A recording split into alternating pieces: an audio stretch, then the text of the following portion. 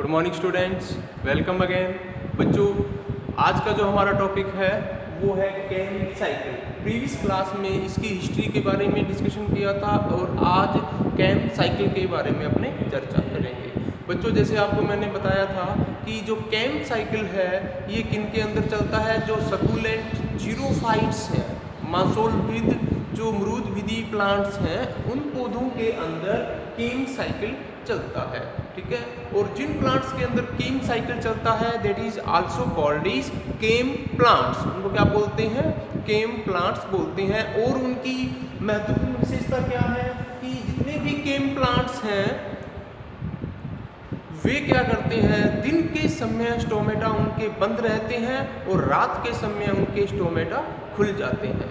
तो इस प्रकार जो स्टोमेटा का बिहाव है that is also called as scotoactive stomata. दिन के समय बंद रहते हैं, रात के समय खुलते हैं। लेकिन नॉर्मल कंडीशन में क्या होना चाहिए? जितने भी प्लांट्स हैं नॉर्मल कंडीशन में क्या होना चाहिए कि दिन के समय स्टोमेटा ओपन होने चाहिए और रात के समय स्टोमेटा क्लोज होने चाहिए। लेकिन केम प्लांट्स में इसका उल्टा है, इसलिए इनको स्कोटोएक्टिव स्टोमेटा कहते हैं।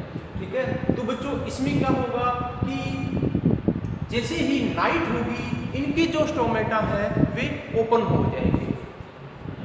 रात के समय केम प्लांट्स के जो स्टोमेटा है वे ओपन हो जाएंगे।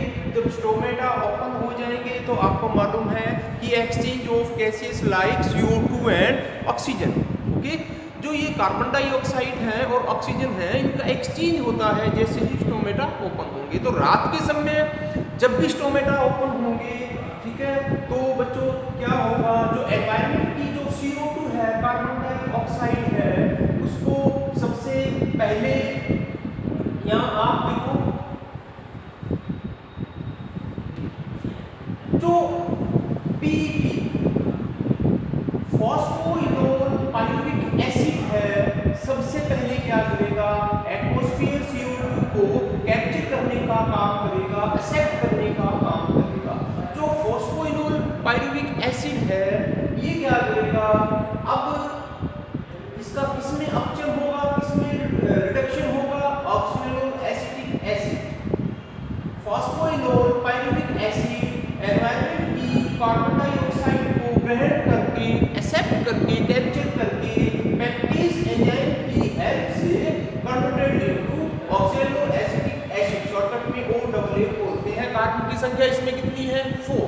तो C4 साइकिल की तरह ही केम साइकिल चलता है। ठीक है, अब बच्चों यहाँ पर क्या होगा, जो ऑक्सैलो एसिटिक एसिड है मैलिक डिहाइड्रोजिनेज एंजाइम की प्रेजेंस में यह किसमें कन्वर्ट हो जाता है, मैलिक एसिड के अंदर कन्वर्ट हो जाता है। और यही जो मैलिक एसिड है बच्चों CO2 किस रूप में, मैलिक एसिड के रूप में, जो इनकी वैक्यूल है, सेल की जो वैक्यूल होती है, वैक्यूल के अंदर खूब मात्रा में CO2 है, वो क्या हो जाती है, रात के समय स्टोर हो जाती है। किस रूप में? मैलिक एसिड के रूप में। और यहाँ पर इस चेंजेस के लिए इसको कुछ एनर्जी की आवश्यकता होती है जो इसको रिड्यूसिंग पावर के रूप में मिलती है। ठीक है, अब बच्चों क्या होगा, दिन के समय क्या होगा, आपको मालूम है दिन के समय क्या होगा, इनके स्टोमेटा क्या है, बंद हो जाते हैं। तो जो गैस का जो एक्सचेंज है वो भी रुक जाता है। ठीक है, और इनको कार्बोहाइड्रेट बनाने के लिए क्या चाहिए, इनको वाटर और CO2 चाहिए। वाटर ये क्या करते हैं, लगातार सॉइल से सक करते रहते हैं, और CO2 इनको जो चाहिए थी वो रात के समय इन्होंने क्या किया, अपने स्टोमेटा ओपन करके जो सेल की वैक्यूल है उसमें खूब सारी मात्रा में जो एटमॉस्फेयर CO2 है उसको स्टोर कर लिया। अब दिन के समय स्टोमेटा बंद रहते हैं, तो बच्चों जो वैक्यूल के अंदर जो CO2 है अब वो धीरे धीरे साइटोप्लाज्म के अंदर आना स्टार्ट हो जाती है। सेल की जो कोशिका द्रव्य है उसके अंदर धीरे धीरे बाहर आना स्टार्ट हो जाती है। और यहाँ पर जो मैलिक एसिड है उसका अब क्या होगा, डीकार्बोक्सिलेशन होगा। मैलिक एसिड का डीकार्बोनेशन होगा बच्चों, मैलिक एसिड दोबारा converted into pyruvic acid, pyruvic acid में चेंज हो जाता है। और इसमें एक चीज और भी होता है, जो CO2 इसके अंदर थी वो यहाँ पर रिलीज कर दी जाती है। जो CO2 थी वो यहाँ पर रिलीज कर दी जाती है। मैलिक एसिड क्या काम करता है? मैलिक एसिड का डीकार्बोक्सिलेशन होता है और डीकार्बोक्सिलेशन होकर पायरुविक एसिड में चेंज हो जाता है और साथ ही मैलिक एसिड से जो CO2 है वो क्या है? रिलीज हो जाती है और CO2 यहाँ से रिलीज होकर क्लोरोप्लास्ट के अंदर चली जाती है। कहाँ चली जाती है? क्लोरोप्लास्ट के अंदर चली जाती है। बच्चों जो मैलिक एसिड से पायरुविक एसिड बनता है, पायरुविक एसिड का काम ही क्या है? PEP को दोबारा बनाना। तो यहाँ पर जो फॉस्फोइनोल पायरुवेट है ये पायरुविक एसिड से भी बन रहे हैं और बच्चों यहाँ कभी-कभी कार्बोहाइड्रेट से भी जो फॉस्फोइनोल पायरुविक एसिड है उसका संश्लेषण भी कार्बोहाइड्रेट से होता है। ठीक है बच्चों, यहाँ पर एक PPDK एंजाइम भी पाया जाता है। इसका काम क्या है? जो एनर्जी है ATP के रूप में यहाँ पर जो एनर्जी है उसका उपभोग कर लिया जाता है। ATP यहाँ पर अपने रॉ मटेरियल के अंदर टूट जाता है, AMP और इनऑर्गेनिक फॉस्फेट के अंदर टूट जाता है। बच्चों एक बात याद रखना कि ये PPDK जो एंजाइम है ये ATP को AMP प्लस इनऑर्गेनिक फॉस्फेट में तोड़ने का काम करता है। ठीक है, और यह एंजाइम सकुलेंट प्लांट के अंदर मिलता है। अब बच्चों अब यहाँ आप देखो जो मैलिक एसिड से जो कार्बन डाइऑक्साइड जो रिलीज हुई थी वो कहाँ पहुंच गई है? अब क्लोरोप्लास्ट के अंदर। दिन के समय स्टोमेटा क्लोज रहते हैं और दिन के समय इनके अंदर कार्बोहाइड्रेट फॉर्मेशन ऑफ कार्बोहाइड्रेट जो प्रोसेस है वो चलता रहता है। कैसे?